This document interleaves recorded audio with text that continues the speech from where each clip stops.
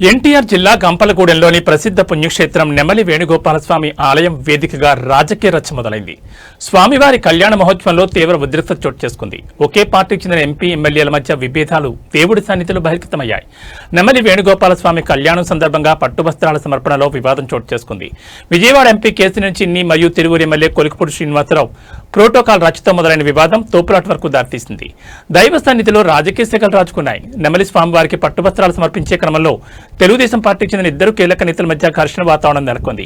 MP Kesineni చిన్ని చేతిలో ఉన్న పట్టువస్త్రాలను ఎమ్మెల్యే కొలికిపూడి శ్రీనివాసరావు ఒక్కసారిగా లాక్కోవడంతో పరిస్థితి ఒక్కసారిగా మారిపోయింది. దేవుడి ముందే ఇరు వర్గాల అనుచరులు ఒకరినొకరు దూషించుకుంటూ మాటల యుద్ధాన్ని దిగారు.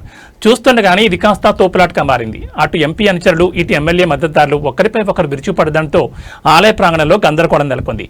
సాక్షాత్తు స్వామివారి కళ్యాణం జరుగుతున్న వేళ భక్తుల సమక్షంలోని ప్రజాప్రతినిధులు ఇలా ప్రవర్తించడంపై స్థానికంగా విమర్శలు వ్యక్తమవుతున్నాయి. ప్రస్తుతం అక్కడ భారీగా పోలీసులు మోహరించారు. ఇరు వర్గాలను శాంతింపజేసే ప్రయత్నం చేస్తున్నారు. అయితే తన నియోజకవర్గ పరిధిలో ఎంపీ పెత్తనం ఏంటని ఎమ్మెల్యే వర్గం ప్రశ్నిస్తుంటే ప్రోటోకాల్ ప్రకారం ఎంపీకి గౌరవం ఇవ్వాలని కేశినేని వర్గం వాదిస్తోంది. ఈ ఘటన ఇప్పుడు ఏపీ రాజకీయాల్లో చర్చనీయాంశంగా మారింది.